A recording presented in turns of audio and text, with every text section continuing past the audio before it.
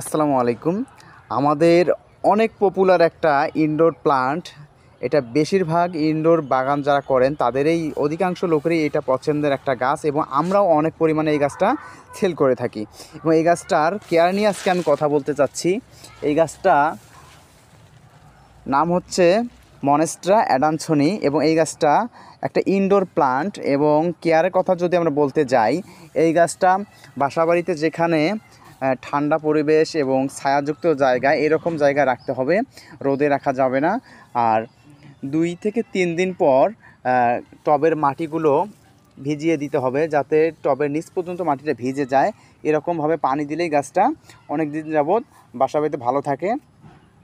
আর যদি আপনারা ফার্টিলাইজার বলেন, আমরা যে ফার্টিলাইজারটা দিয়েছি এটা 8 থেকে 9 মাস পর্যন্ত গাছটা আপনাদের ভালো থাকবে। এবং এরপরে আপনারা মিডিয়াটা চেঞ্জ করে দিলেই জৈব সার বিভিন্ন আমাদের কাছেও বিভিন্ন ধরনের সার আছে, বা জৈব সার দিয়ে আপনারা মাটি, অর্ধেক মাটি এবং 30% জৈব